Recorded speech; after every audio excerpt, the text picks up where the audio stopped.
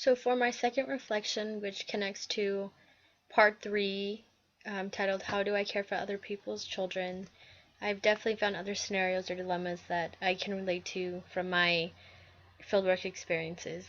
So, for example, when one of the teachers discussing her student Ricky, who she learns is from an poverty type environment, she automatically thinks, how sad, poor thing, it's just a burden on him.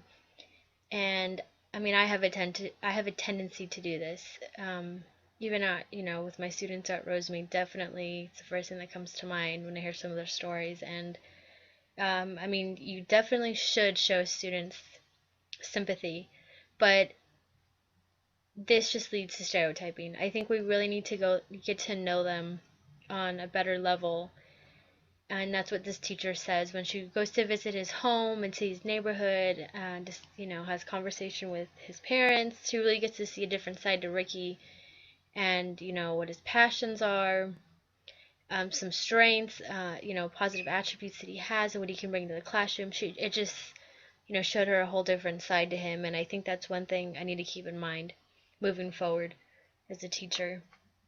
Another story I related to is Josie's story. Um, when she has a class of English learners and how she accommodates them because she understands that their parents probably working long hours and they themselves probably don't have that much experience academically or educational background to help their students or children with homework. So she tries to support them in different ways, whether it's maybe turning in homework a little later or understanding why they're late to class. And I definitely relate to this because Miss Band, my master teacher, does the same thing for her students. She understands that, they have jobs after school or they don't have access to computers. Um, Maybe they couldn't get a good night's sleep last night because there's so many family members that are over and or living there and like a two-bedroom house. So she understands it. So sometimes she'll allow them to stay after class and make up a test, or she'll make her room available before, after school, even during lunch for them to use use her computers, or she'll make sure she uses class time um, to do research or to type if she assigns that type of homework or assignment. And along with that, even when I plan lessons, I had to keep these factors in mind. She definitely said, go ahead, if you want to incorporate research or typing, I mean, you can, but, be prepared to use class time to go to the library or computer lab, etc. Same thing with homework. Again, she said, a lot of these, my students have work after school, they have to help support families, or, they have a one-bedroom house and there's like 8 relatives, there's no like nice table, quiet space for them to do homework, to concentrate, so we need to keep that in mind when planning assignments for them. Um, and then another point Josie brought up in her story was when her student Bianca is having a hard time in class focusing. So she thinks that was the perfect time for me to take her aside. I should talk to her about how she's doing in school. Maybe she'll share something that's affecting her.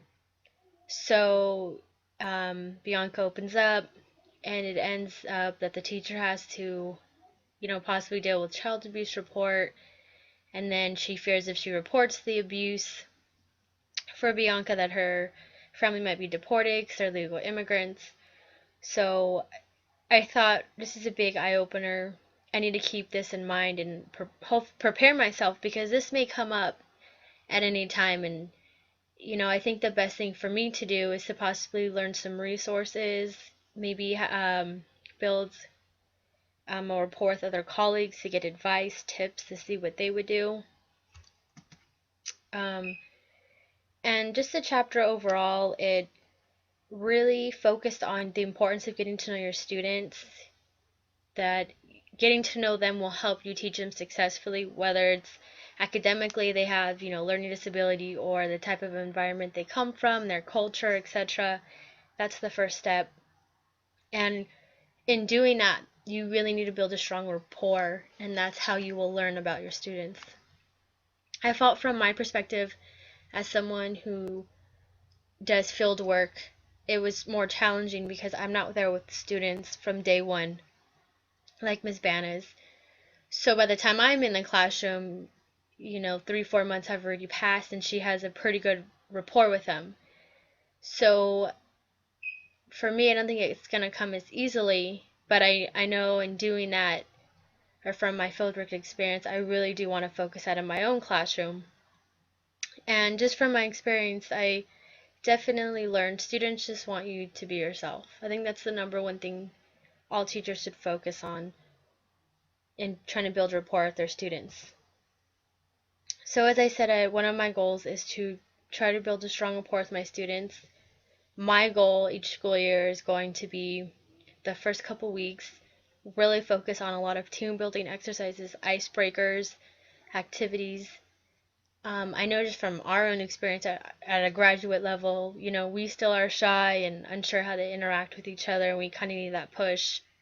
So I know when we do lots of team building exercises and icebreakers the first couple classes, it really helps us relax. We get to know each other, and it really sets the tone for the rest of the semester. So moving forward, when I become a teacher, I really hope to be able to focus on that, to build a good rapport with my students, and I think I'll see the results in my teaching.